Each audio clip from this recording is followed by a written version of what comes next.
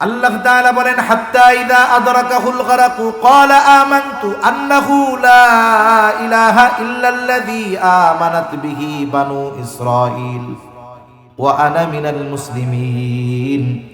যখন চুবনি চলতেছে, হাবুডুবু খাইতেছে, ফিরাউন বলে আমানতু, আমি ঈমান আনলাম যে আন্নাহু লা ইলাহা, আল্লাহ ছাড়া কোনো ইলাহ নাই, আল্লাযী আমানাত বিহি বানু ইসরাঈল, বনি ইসরাইল যার উপরে ঈমান এনেছে তিনি ছাড়া আর কোনো ইলাহ নাই।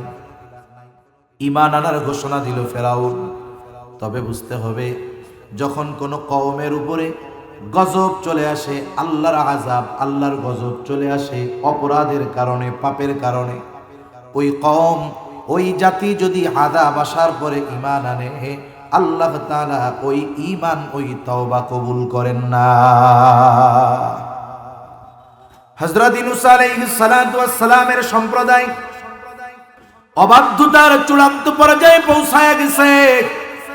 আল্লাহ তাআলা জানা দিলেন, ও পয়গম্বর ইউনূস, আপনি আপনার সম্প্রদায়কে জানা দেন 3 দিন পর তাদের উপরে কিন্তু আযাব আসবে। আযাবের খবর ইউনূস আলাইহিস সালাম যখন দিলেন, অবাধ্যতা আগের চাইতে বাড়ছে। এইবার আল্লাহর আযাব গজব নিয়ে তারা টিটকারি শুরু করছে, দেখ আমরা এত কালে এই করলাম, কিছু হইল না, 3 দিন পরে নাকি গজব আসবে। কি মজা, কি মজা, বুঝেন নাই? মজা করতেছে, আযাব নিয়ে তামাশা করতেছে। 2 দিন গত হয়ে গেল, ওদের তামাশা টিটকারির মাত্রা আরো বাড়ছে। ইউনূস আলাইহিস সালাম চিন্তা করলেন, এদের মধ্যে পরিবর্তন সম্ভব নয়, পরিস্থিতি যা, গজব তো চলেই আসবে। আর যখন কোথাও আল্লাহ তাআলা গজব দেন, আযাব দেন, ওই এলাকার ঈমানদার আর নবী রাসূল যদি থাকে তাদেরকে আগে সরায়া নেন, এরপরে গজব দেন। উনি অতীতের ইতিহাস থেকে চিন্তা করলেন, আমাকেও তো আল্লাহ তাআলা চলেই যাইতে বলবে, আমি একদিন আগেই চলে যাই।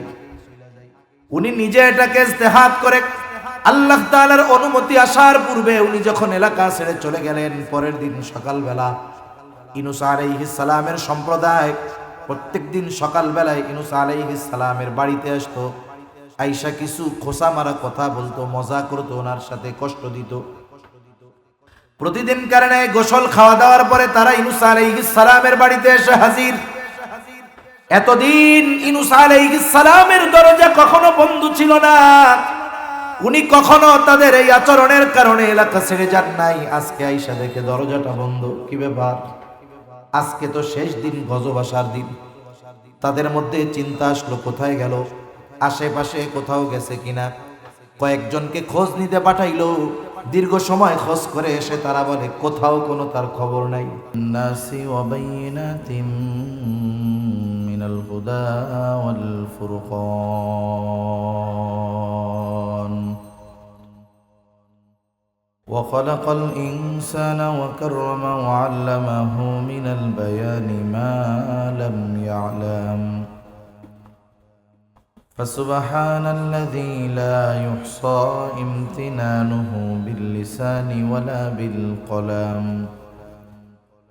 ونشهد أن لا إله إلا الله وحده لا شريك له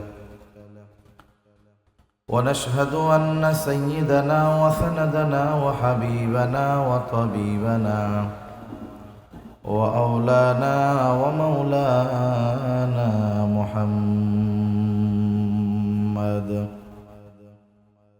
صلى الله تعالى عليه وعلى آله وأصحابه وبارك وسلم تسليما كثيرا كثيرا. أما بعد فأعوذ بالله من الشيطان الرجيم. بسم الله الرحمن الرحيم.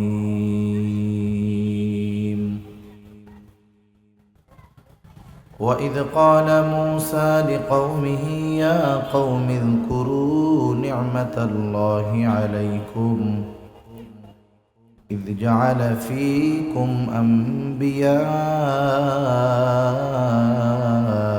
وجعلكم ملوكا وآتاكم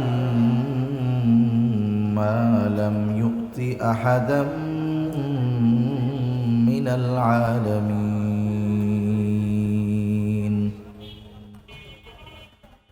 يا قوم ادخلوا الأرض المقدسة التي كتب الله لكم ولا ترتدوا على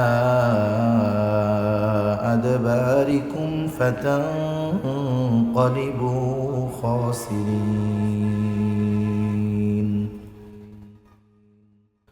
صدق الله العلي العظيم اللهم صل على محمد وعلى آل محمد كما صليت على إبراهيم وعلى آل إبراهيم إنك حميد مجيد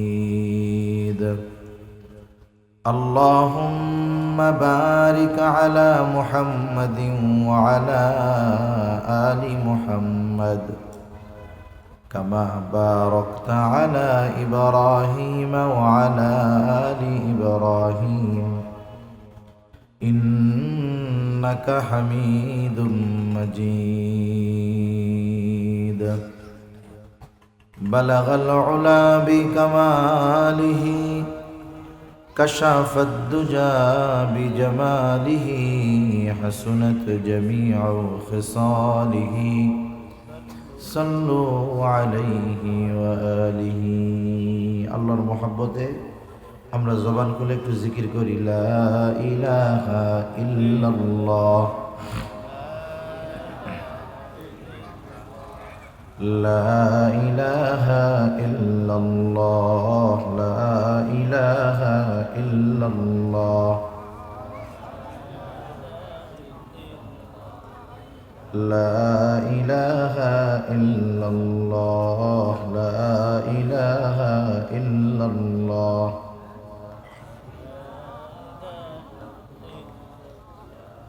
لا إله إلا الله محمد رسول الله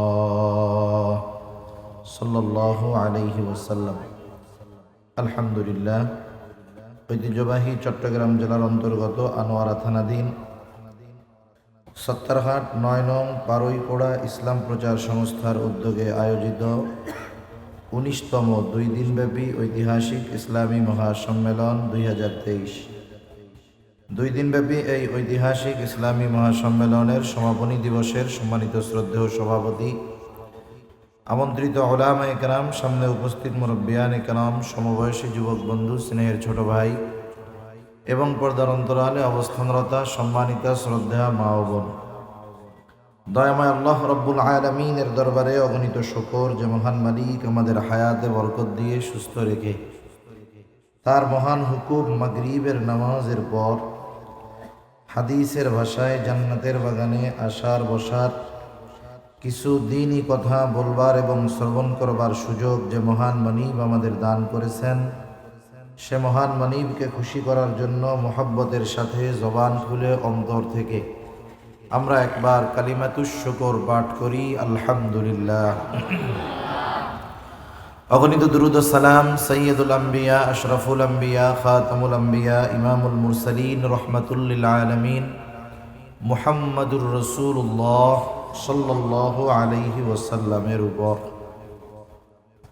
সম্মানিত উপস্থিতি, আপনারা তো জানেন যে গোটা দুনিয়ার মধ্যে ইসলাম বিদ্বেষীদের অন্যতম এক মিশন হলো ইসলামকে মুসলমানদেরকে নিশ্চিহ্ন করে দেওয়া।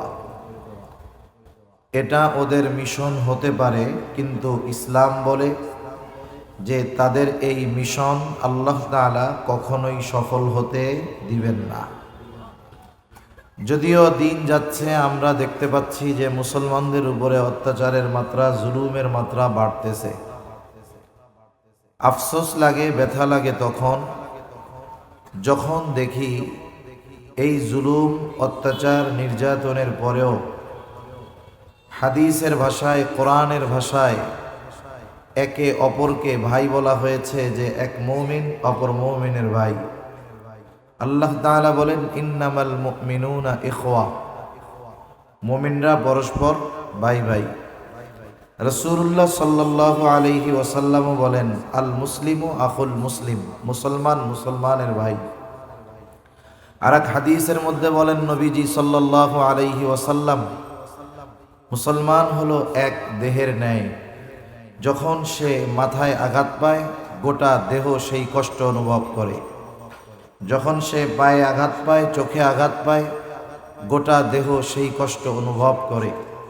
বাস্তবতা হলো এটা। যদিও আজকে আমাদের এক মুসলিম ভাইয়েরা, ফিলিস্তিনের মুসলমানেরা, আমাদের মুসলিম ভাইয়েরা, কোরআনের ভাষায় আমাদের ভাইয়েরা, হাদিসের ভাষায় আমাদের ভাই, তারা এই ভাইরা আক্রান্ত হচ্ছে, আমার দেহ আক্রান্ত হচ্ছে নবীজির বর্ণনা অনুযায়ী, যেহেতু সকল মুসলিম একটা দেহের ন্যায়। আফসোসের ব্যাপার যে আমার ভাই ফিলিস্তিনের মজলুম মুসলমানদের উপরে এই জুলুম হওয়ার পরেও, আমার দেহের উপরে আঘাত আসার পরেও আমি ব্যথা অনুভব করতে পারতেছি না। ঠিক কিনা বলেন? বলেন তো, আপনার হাত যদি কেউ কেটে দেয়, ডান হাত যদি কাটতে যায়, আপনি বাম হাত দিয়ে প্রতিবাদ করবেন কি করবেন না? ডান হাত কাটতে গেলে বাম হাত কি বলবে? ও হাত কেটে ফেলুক, আমি তো বেঁচে আছি। এটা বলবে কখনো? এক চোখ যদি উপড়ে ফেলতে চায়, আপনি আমি বাধা দিব, সর্বোচ্চ বাধা দিব। আর যদি বাধা দিয়ে ঠেকাতে না পারি, কমপক্ষে ওই কষ্ট গোটা দেহে অনুভব হবে। অথচ ফিলিস্তিনের মজলুম মুসলমানদের উপরে এই জালেম ইহুদিদের, অকৃতজ্ঞ ইহুদিদের, সীমা লঙ্ঘনকারী এই ইহুদিদের এই জুলুম, নির্যাতন মুসলিম উম্মার হৃদয়ে রেখাপাত করতে পারতেছে না। ঠিক কিনা বলেন? আমরা সুদূর হাজার হাজার মাইল দূরে অবস্থিত বাংলাদেশের মুসলমান। বাস্তবতা হলো, বাংলাদেশের মুসলমান এরা আমল কম করুক, কিন্তু এরা আবেগপ্রবণ। মুসলমানদের জন্য এদের হৃদয় কাঁদে, হয়তো ইবাদত কম করে। এজন্য দেখেন, হাজার হাজার মাইল দূরে ওই ফিলিস্তিনের মুসলমানদের উপরে যখন নির্যাতন হয়, বাংলাদেশের বেনামাজি মুসলমানটাও ওই ইহুদিদের বিরুদ্ধে স্লোগান দেওয়ার জন্য বের হয়ে যায়। ঠিক কিনা বল? এটা ভালোবাসার বহিঃপ্রকাশ। আমার তো দিল বলে, আমার মন কথা বলে, যদি হামাসের পক্ষ হয়ে ইসরায়েলিদের বিরুদ্ধে, ইহুদিদের বিরুদ্ধে জিহাদ করার সুযোগ থাকতো, এ দেশ থেকে লক্ষ লক্ষ যুবক প্রাণ উৎসর্গ করার জন্য রওনা হয়ে যেত। ঠিক কিনা বল? কিন্তু আফসোসের ব্যাপার, সে সুযোগ আমাদের হাতে নাই। সে সুযোগ তো আমাদের হাতে নাই। কিন্তু আফসোস লাগে, যাদের ওই বিষয়টা প্রতিরোধ, প্রতিবাদ করার সুযোগ আছে, এদের মুখে কুলুপ এঁটে এরা বসে আছে। আজকে ফিলিস্তিনের এই পরিণতি কেন? ফিলিস্তিনের এই পরিণতির পেছনে দায়ী হলো আরব বিশ্বের বড় বড় মুসলিম নামধারী মুনাফেকগুলো। এই মুনাফেকগুলো যদি দ্বিতীয় বিশ্বযুদ্ধের আগে পরে ওসমানী খেলাফতের পতনের ব্যাপারে ভূমিকা না রাখত, আপনারা হয়তো অনেকে উসমানী খেলাফতের ইতিহাসের ব্যাপারে হয়তো অনেকে জানেন, অনেকে জানেন না। এশিয়া, ইউরোপ, আফ্রিকা, এই তিনটা মহাদেশের বৃহৎ অংশ পরিচালিত হয়েছে ওসমানীয়দের হাতে। ওই সময় ব্রিটিশ, ফ্রান্স, ইংল্যান্ড, আমেরিকা সহ ওসমানী খেলাফতকে ট্যাক্স দিয়ে চলা লাগতো, মুসলমানদের ট্যাক্স দিয়ে চলা লাগতো। 100 বছর আগের ইতিহাস মাত্র। কিন্তু আফসোস, মুসলমান নামধারী কিছু মুনাফিকের কারণে, একটু কিছু ক্ষমতা লোভী কিছু মুনাফিক নামধারী মুসলমানের কারণে, ওরা ওই ব্রিটিশ আমেরিকানদের সহযোগিতা করে ইসলামী খেলাফতের পতনের চূড়ান্ত প্যারাক ওরা নিজের হাতে মেরেছে। ওরা যদি এই নেফাকি মুনাফিকি না করত, তাহলে আশা করা যায় আজকেও গোটা দুনিয়ার অন্যতম পরাশক্তি এবং নিয়ন্ত্রণ থাকতো মুসলমানদের হাতে। কিন্তু আফসোসের ব্যাপার, আরবের শাসকেরা মুনাফিকি করে নিজস্ব কিছু এরিয়া নিয়ে রাজত্ব করার জন্য, কিছু পদের লোভে ওদেরকে সহযোগিতা করে ফিলিস্তিনের পতন, ইসলামের পতন, মুসলমানদের পতন, এই সাময়িক যেই অধপতন, এর জন্য দায়ী হলো মুসলমানেরা। মনে রাখতে হবে, প্রকাশ্য দুশ্মনের মোকাবেলা করা সহজ, কিন্তু দুশ্মন যদি আপনার আমার ঘরের মধ্যে হয়, এটাকে মোকাবেলা করা বড়ই কঠিন। কাফেরের সাথে মোকাবেলা করা কঠিন, কঠিন নয়, সহজ।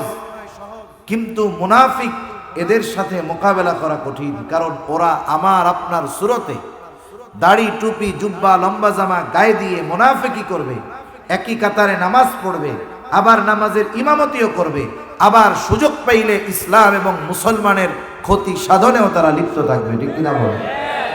এদের কারণেই আজকে এই অবস্থা, গোটা দুনিয়ার মুসলিম উম্মার এই পরিণতি। তা কি আর বলবো, আসলে এই ইতিহাস বলতে গেলে ব্যথা লাগে, এই ইতিহাস বলতে গেলে কষ্ট লাগে। অফিসিয়াল হিসাব মানে গণনা অনুযায়ী, গণনার বাহিরে আরো বহুত আছে। 20,000-এর কাছাকাছি নিরপরাধ মুসলমানদেরকে এই ইহুদিরা নির্বিচারে হত্যা করেছে। অথচ দেখেন, যুদ্ধ হচ্ছে কার সাথে? যুদ্ধের ময়দানের নিয়ম হলো সৈনিক সৈনিক যুদ্ধ করবে, কোনো নিরপরাধ মানুষের গায়ে হাত দেওয়া যাবে না। আন্তর্জাতিক যুদ্ধ আইন আছে, আন্তর্জাতিক যুদ্ধ আইন। যদিও আমরা আন্তর্জাতিক যুদ্ধ আইনের কথা এখন শুনতেছি, কিন্তু মুহাম্মাদুর রাসূলুল্লাহ সাল্লাল্লাহু আলাইহি ওয়াসাল্লাম 1500 বছর আগে আন্তর্জাতিক যুদ্ধ আইন আমাদেরকে শিখায় গিয়েছে। সুবহানাল্লাহ। যুদ্ধের ময়দানের নিয়মটা কি? নবীজি যখন কোথাও কোনো সেনাবাহিনী প্রেরণ করতেন, বেশ কিছু নির্দেশনা দিতেন, ব্রিফিং দিতেন, বক্তব্য দিয়ে এরপরে তাদেরকে কাফেলা রওনা হওয়ার অনুমতি দিতেন। নবীজি বলতেন, সাবধান, যখন তোমরা কোথাও যাবা, কোনো এলাকার কোনো ক্ষতি করবা না, কোনো গাছ কাটবা না, ফসল নষ্ট করবা না, খবরদার কোনো শিশু, নারী, বৃদ্ধ এদেরকে আঘাত করবা না। এরপরে যুদ্ধের ময়দানে যাবা, আগে সন্ধির প্রস্তাব দিবা, যদি না মানে এরপরে ওদের সাথে লড়াই করবা। লড়াই হবে ওদের সাথে, সাধারণ মানুষ যেন ক্ষতিগ্রস্ত না হয়, কষ্ট না পায়। এরপরে যদি তোমাদের অস্ত্রের আঘাতে শত্রুপক্ষের কেউ নিহত হয়, খবরদার তার লাশটা তোমরা বিকৃত করবা না। এই যুদ্ধনীতিগুলো আন্তর্জাতিক যুদ্ধ আইন।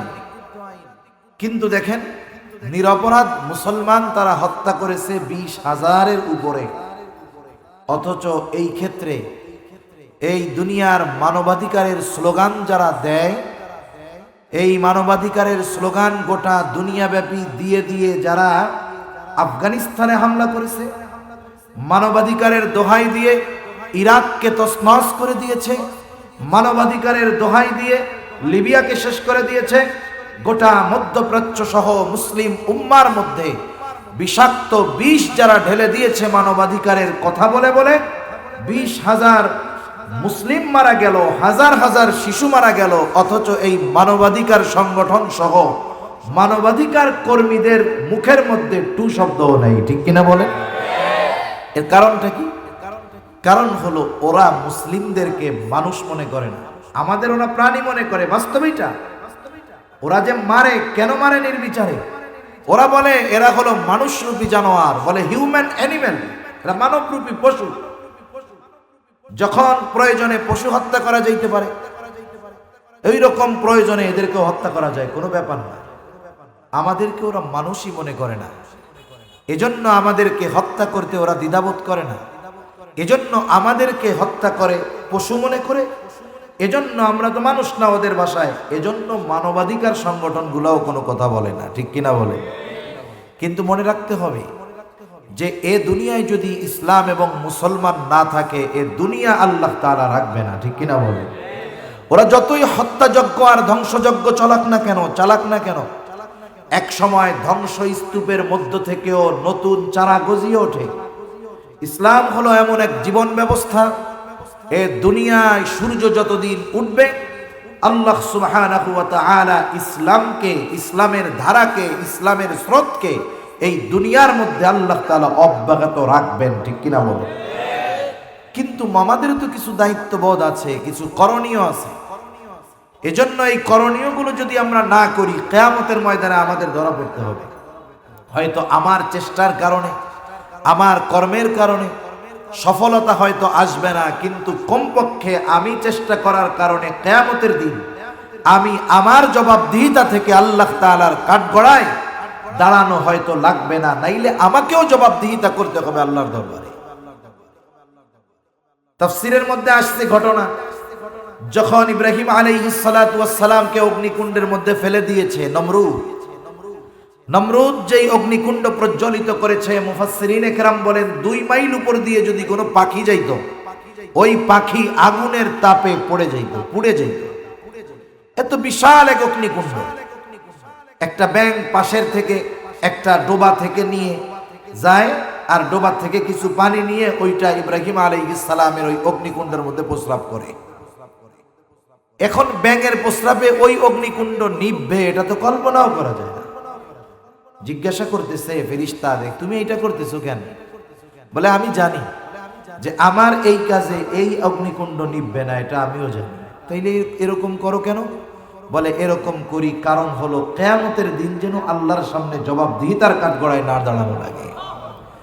এজন্য সম্মানিত উপস্থিতি, গোটা দুনিয়ার মিডিয়াগুলো ইহুদিদের হাতে, এজন্য বাস্তব খবরগুলো আমাদের কাছে আসে না। ইহুদিদের জুলুম, নির্যাতন, নৃশংসতার খবর যেমন পরিপূর্ণ আসে না, এমনি ভাবে মুজাহিদ ভাইয়েরা ওদের যেই ক্ষতি সাধন করতেছে, ওদের যে সৈন্যবাহিনী মরতেছে, ওদের যে সামরিক যানগুলো এরা ধ্বংস করতেছে, ওই খবরগুলো আমাদের কাছে বাস্তবভাবে পরিপূর্ণভাবে আসে না। এরা কতটা নৃশংস, মনুষ্যত্ব কতটা এদের থেকে দূর হলে এই ইহুদিরা এই কাজ করতে পারে। সম্প্রতি সময়ে দেখলাম একজন ইহুদি সৈন্য, সে ফিলিস্তিনে যুদ্ধ করতেছে মুসলমানদের বিরুদ্ধে, তার বাচ্চার জন্মদিন উদযাপন করবে। একটা মানুষ কতটা মনুষ্যত্বহীন হলে এই ধরনের কাজ করতে পারে? সে তার বাচ্চার জন্মদিন উদযাপন করবে কেমনে? সে এক শক্তিশালী বোমা 4 তলা একটা বিল্ডিং এর মধ্যে সেটিং করছে। এবার ওখান থেকে তার বাচ্চাকে ভিডিও কলে কল দিছে। এবার সময় গণনা শুরু করছে, বাচ্চার জন্মের সময় কখন। এদিক দিয়ে বাবাও বাচ্চারে দেখতেছে, বাচ্চাও বাবাকে দেখতেছে। যখন সময় হইছে, এইবার সে বোমার সুইচ বাটন যেটা আছে টিপ মেরে ওই 4 তলা বিল্ডিংটাকে মুহূর্তের মধ্যে ধূলিসাৎ করে দিয়েছে বোমা মেরে। ওই আওয়াজ, ওই দৃশ্য তার সন্তানকে দেখাচ্ছে, দেখো আমি কি করলাম। এইরকম নৃশংস কর্মযজ্ঞের মাধ্যমে সে তার সন্তানের জন্মদিন পালন করতেছে। এর দ্বারা কি মেসেজ দিল, সে কি খবর দিল? সে তার সন্তানকে আগামী প্রজন্মের জন্য প্রস্তুত করতেছে, আগামী সময়ের জন্য, যে আমি তোমার বাপ, এখন আমি এরকম বোমা মাইরা উড়াইতেছি, তোমাকেও ভবিষ্যতে এই ধরনের কাজ করতে হবে, সন্তান তুমি প্রস্তুত থাকো, ঠিক কিনা বলেন? ওরা ওদের সন্তানদেরকে, আগামী প্রজন্মকে আমাদের বিরুদ্ধে লড়াই করার জন্য প্রস্তুত করতেছে।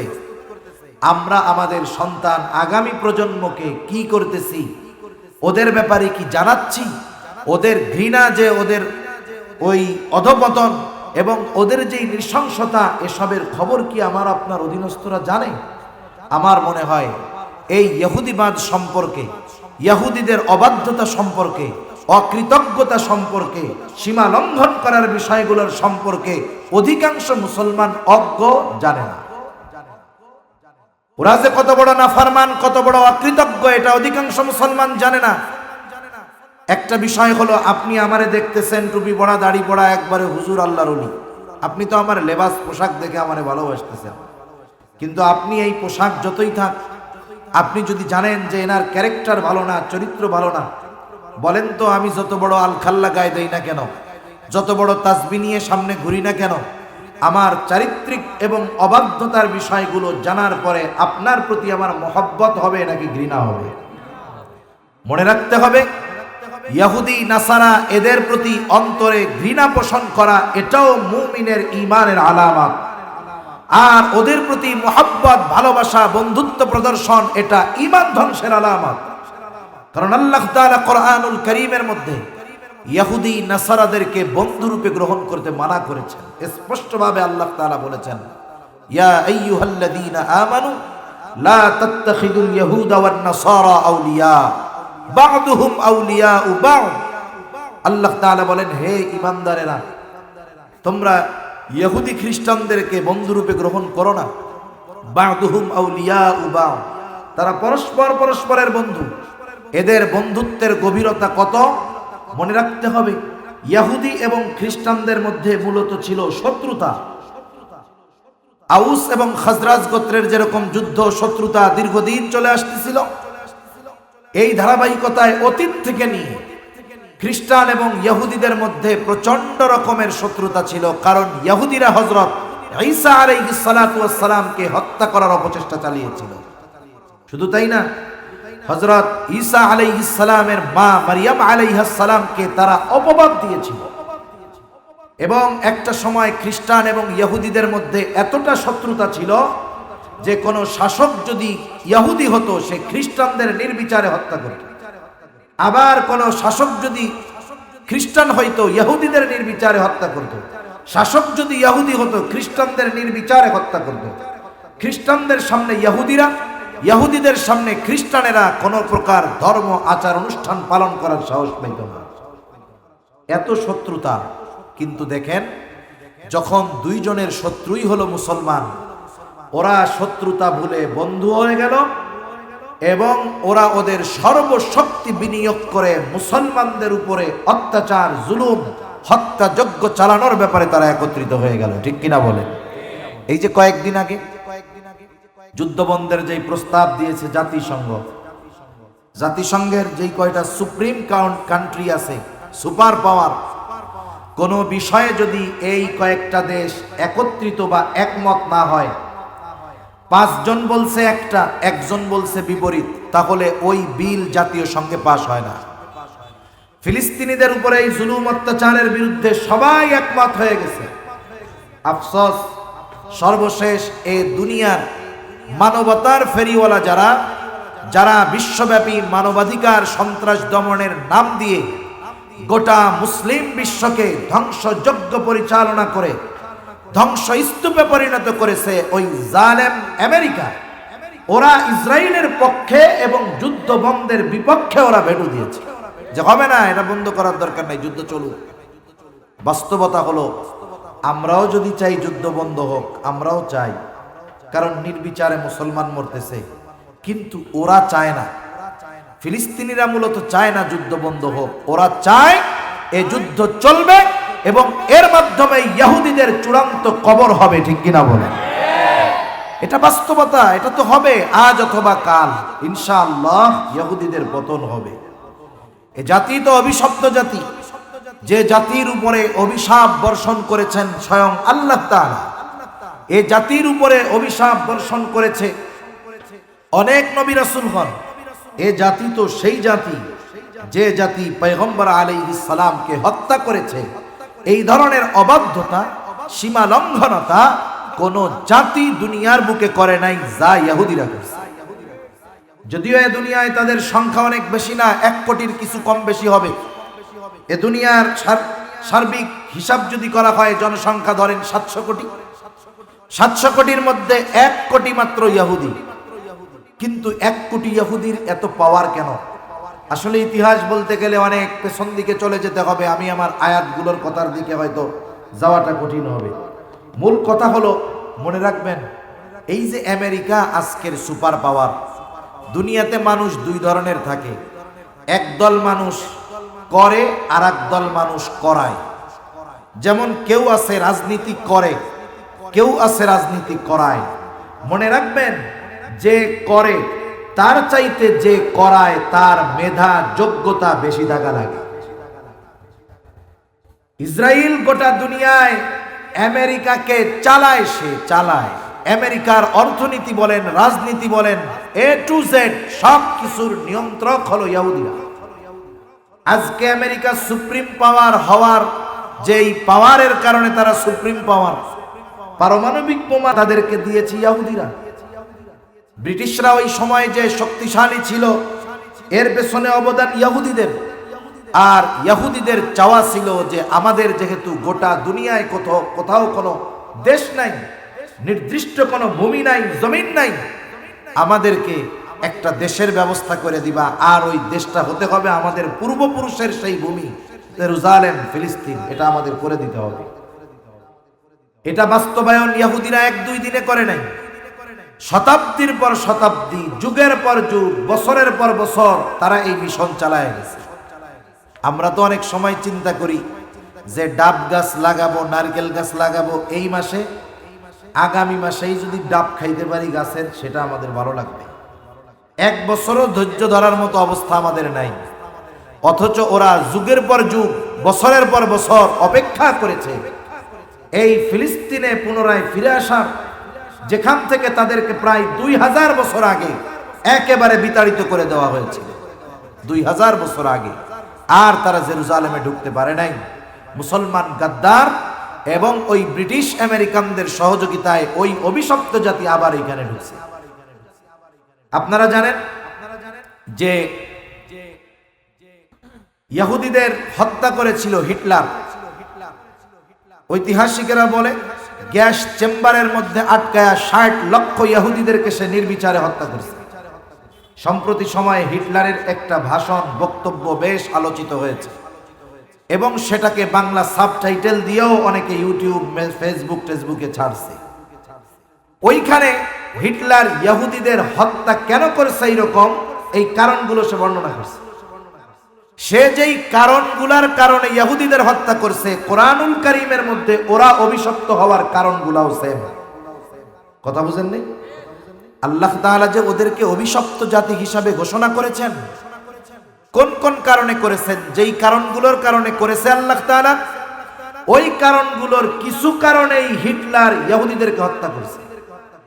ইহুদিরা যখন বাইতুল মুকাদ্দাস থেকে চূড়ান্ত রূপে বিতাড়িত হয়েছে, গোটা দুনিয়ার বিভিন্ন জায়গায় জায়গায় ছড়ায় পড়ছে, বসতি স্থাপন করছে, থাকছে, অসুবিধা নাই, থাকতে থাক, অসুবিধা কি। কিন্তু যখন যুগের পর যুগ বসবাস যারা করতেছে ওই এলাকায়, ওই সব মানুষের মধ্যে যেই সম্প্রীতি, বন্ধন, ভালোবাসা আছে, আর একজন যদি উড়ে এসে জুড়ে বসে এই সম্প্রীতি, বন্ধন, নিরাপত্তায় বিঘ্নতা সৃষ্টি করে, বলেন তো এলাকার মানুষ তাদের উপরে খুশি হবে না রাগ হবে? ওরা যেখানেই যাইতো কুটচাল চালাইতো, মানুষের সাথে মানুষের দ্বন্দ্ব লাগায় দিত। যখন মানুষেরা টের পাইতো হায়রে আমরা বছরের পর বছর ধরে এখানে শান্তির সাথে বসবাস করতেছিলাম, হঠাৎ করে এদের কারণে এখানে বিশৃঙ্খলার সৃষ্টি হয়েছে, এইবার ওরা আগের মানুষরা বুঝে 2 দল এবার এক হয়ে ইহুদিদেরকে পিটানি দিয়ে এলাকা ছাড়া করতে। ওরা পৃথিবীর কোথাও গিয়ে স্থায়ীভাবে বসত করার সুযোগ পায় নাই। না পাওয়ার কারণ কি? কারণ ওরা যেখানেই গেছে সেখানেই বিশৃঙ্খলা সৃষ্টি করছে, এজন্য টিকতে পারে না। এই ছিল ইহুদিদের অবস্থা। এদের এই পরিণতি কেন হলো? অনেকগুলো কারণ আছে। আমি কয়েকটা কারণ আপনাদের খেদমতে বলার নিয়তে এই আয়াতগুলো তিলাওয়াত করেছি। যদিও বনি ইসরাইলের কথা কোরআনের পাতায় পাতায় অনেক জায়গায় ভরা।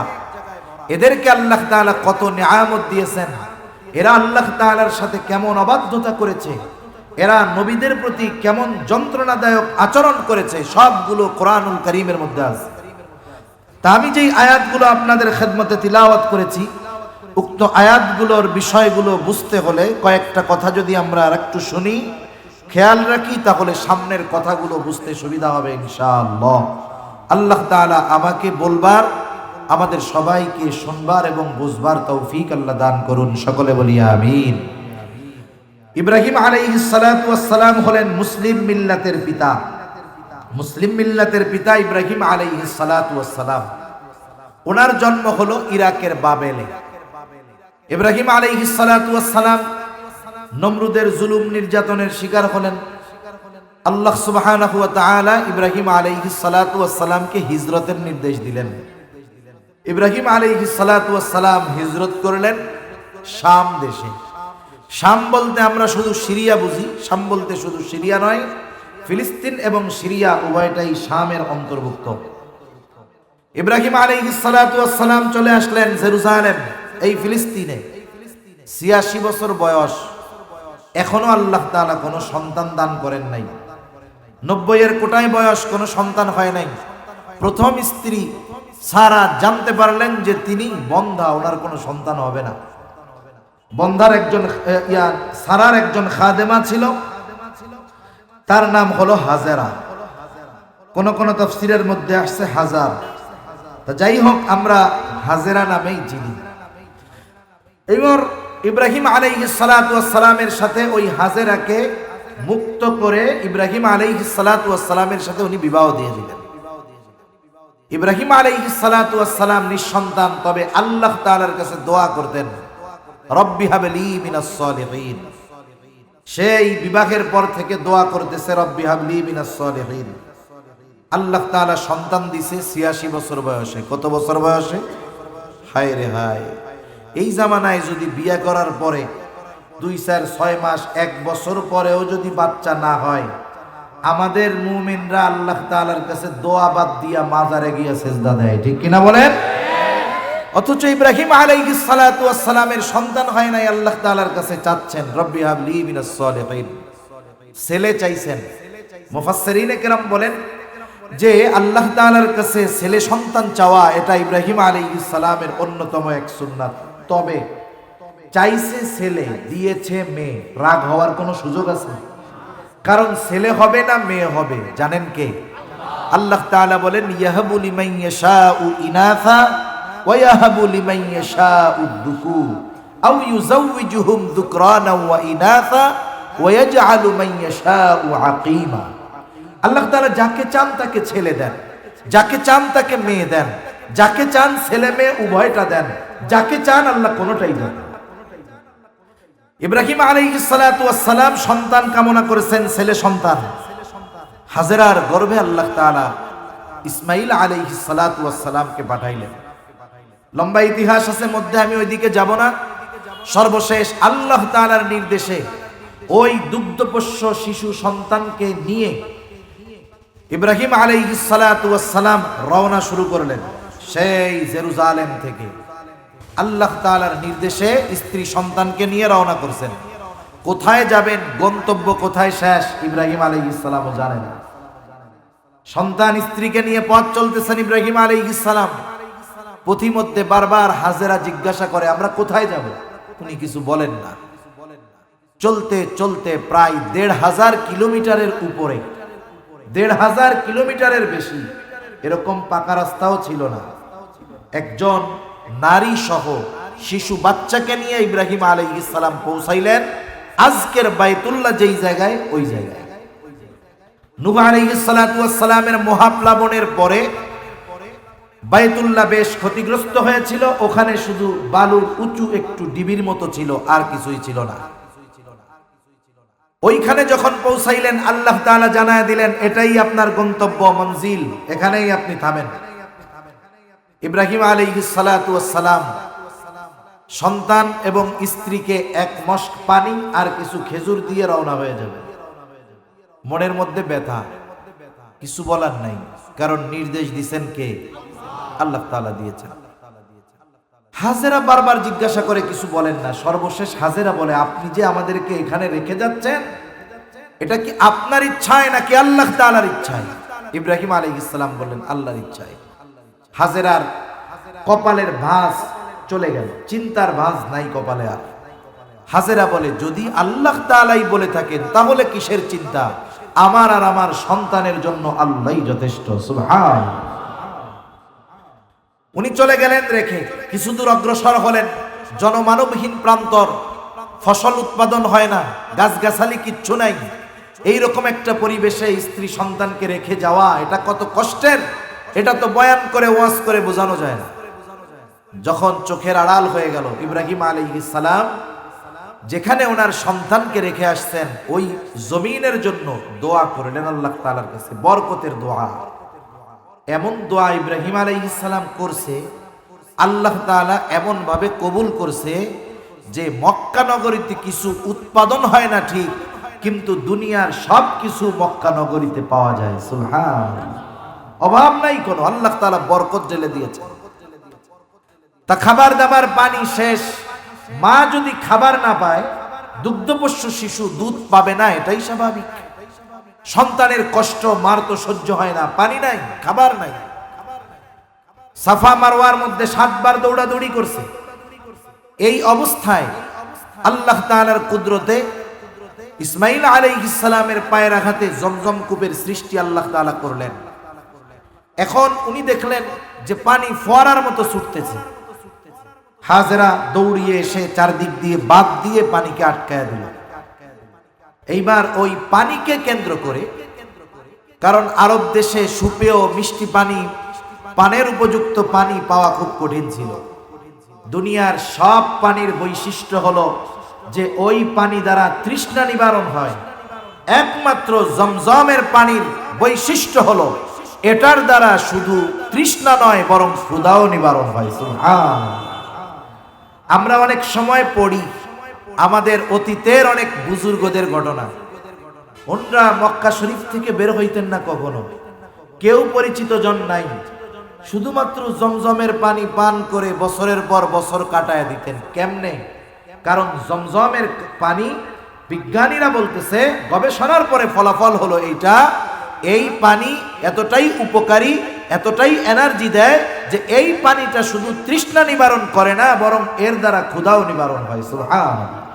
ওই রকম পানির ব্যবস্থা আল্লাহ তাআলা করে দিলেন। এই পানিকে কেন্দ্র করে ওখানে জনবসতি হলো। লম্বা ঘটনা। ইসমাইল আলাইহিস সালাম বড় হলেন, বিবাহ করলেন, ওনার বংশ বিস্তার মক্কায় হলো। এই কুরাইশেরা ইসমাইল আলাইহিস সালামের বংশধর, ইব্রাহিম আলাইহিস সালামের বংশধর ওরা দাবি করে, যেহেতু ইসমাইল আলাইহিস সালাম ইব্রাহিম আলাইহিস সালামের সন্তান। তাই ইসমাইল আলাইহিস সালাতু ওয়াস সালামের পরে ইসমাইল আলাইহিস সালামের বংশে আর কোন নবী আল্লাহ পাঠান নাই। একেবারে শেষ নবী মুহাম্মাদুর রাসূলুল্লাহ সাল্লাল্লাহু আলাইহি ওয়াসাল্লাম। ইব্রাহিম আলাইহিস সালাম যখন ইসমাইল আলাইহিস সালামকে রেখে চলে গেলেন জেরুজালেম, ফিলিস্তিন, আল্লাহ তাআলা ওই সময় ওই বন্ধা স্ত্রী সারার গর্ভে আল্লাহ তাআলার একটা সন্তান দিলেন। এইবার এই সন্তান হলো, এই সন্তানের নাম রাখা হলো ইসহাক আলাইহিস সালাম। উনি ওনার বংশ বিস্তার শুরু করলেন জেরুজালেমে। ইসহাক আলাইহিস সালামের এক সন্তানের নাম হলো ইয়াকুব আলাইহিস সালাম। ইয়াকুব আলাইহিস সালামের আরেক নাম হলো ইসরাঈল। এখান থেকেই বনি ইসরাঈল আসছে। ইয়াকুব আলাইহিস সালাম তথা ইসরাঈল আলাইহিস সালামের 12 সন্তান। 12 সন্তানের এক সন্তান কিন্তু ইউসুফ আলাইহিস সালাম। আর 12 সন্তানের অন্য আরেকটা সন্তানের নাম ছিল ইহুদা অথবা ইহুজা। এর থেকেই ইহুদি বংশ, ইহুদি গোত্র, কিন্তু সব বনি ইসরাঈল। এরা সব ইসরাঈল তথা ইয়াকুব আলাইহিস সালামের বংশধর। ইউসুফ আলাইহিস সালামের ইতিহাস আপনাদের জানা আছে। ভাইরা তাকে হত্যার অপচেষ্টা করেছে, কুয়ার মধ্যে ফেলায় দিছে। ওখান থেকে বণিকেরা তাকে উদ্ধার করে মিশরের বাজারে, যেহেতু দেখতে সুন্দর, এ দুনিয়ার মধ্যে অন্যতম সৌন্দর্য দিয়ে আল্লাহ তাআলা ইউসুফ আলাইহিস সালামকে সৃষ্টি করেছেন। ইউসুফ আলাইহিস সালাম যেহেতু বালক মানুষ, সুন্দর, অনেক দামে বিক্রয় হয়েছে। বাজারের মধ্যে যেটা 20 কেজি ওজনের কোরআন, এটা কি সবাই কিনতে পারে নাকি? এটা কেনার জন্য হেডামওয়ালা লাগে, টাকা পয়সাওয়ালা লাগে, প্রভাবশালী লোক হওয়া লাগে। এখন ইউসুফ আলাইহিস সালামের যেই দাম বলে, এই দাম দিয়ে তো সাধারণ পাবলিক কিনতে পারবে না। মিশরের খাদ্যমন্ত্রী কিনে নিয়ে গেছে ঘরে। লম্বা ইতিহাস। একটা সময় অপবাদ দিয়ে জেলখানায় ভরছে। এক সময় ওই জেলখানায় স্বপ্নের ব্যাখ্যা করার মাধ্যমে একটা পর্যায়ে আল্লাহ তাআলা মিশরের সর্বোচ্চ সম্মানিত স্থানে ইউসুফ আলাইহিস সালামকে বসায় দিয়েছে। সুবহানাল্লাহ। উনি যখন মিশরের পরিচালনার দায়িত্বে ছিলেন, তখন মিশর ছাড়া আশেপাশের যত আরব দেশ আছে সব জায়গায় দুর্ভিক্ষ চলতেছে। ওই যে স্বপ্ন দেখছিল বাদশাহ, সেই স্বপ্নের ব্যাখ্যার দ্বারা জানাইছে 7 বছর প্রচুর পরিমাণ ফসল হবে, 7 বছর কিন্তু ফসল উৎপাদন হবে না।